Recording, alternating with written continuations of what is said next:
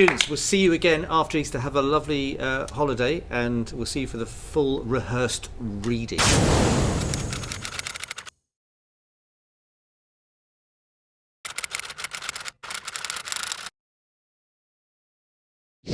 I think the process for me has been quite interesting, obviously as one of the musicians, because I've been lucky enough to be in a couple of the workshops prior to this, so it's been really interesting sort of going from a sort of an actor's point of view, reading the script, thinking and listening to the students' feedback as well, about what sort of works from an actor and a character's point of view.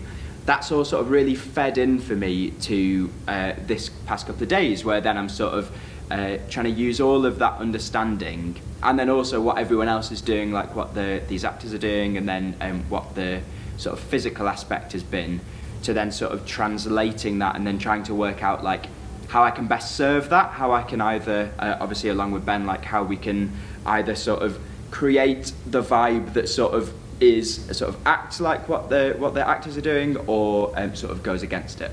Yeah. I think it's the balance between the fact that Mr. Hyde and Dr. Jekyll are two different personas, but also at the same time are the same person. So I think it's the balance between it not coming across that it's like he's multi-rolling, that there are potential parallels. It's not just the fact that it's the same actor, that it is this man who has these two different personas.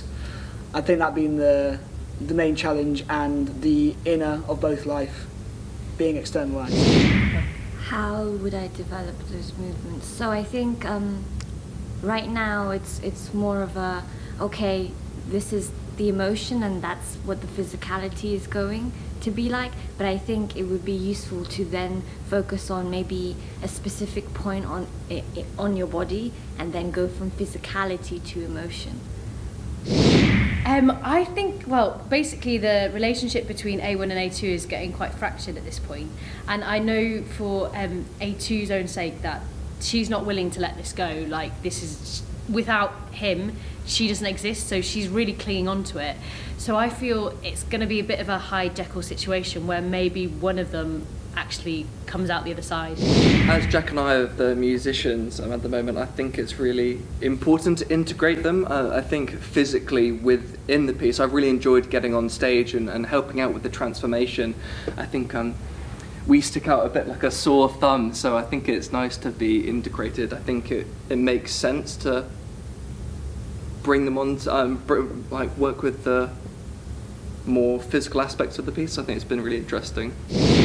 The fact that I didn't know the story, I think that's a pretty big challenge. And also the sense of switching between being in the story and then telling the story, trying to find the differentiations between the characters of the A1, the narrator, and then showing Utterson or Mr. Enfield.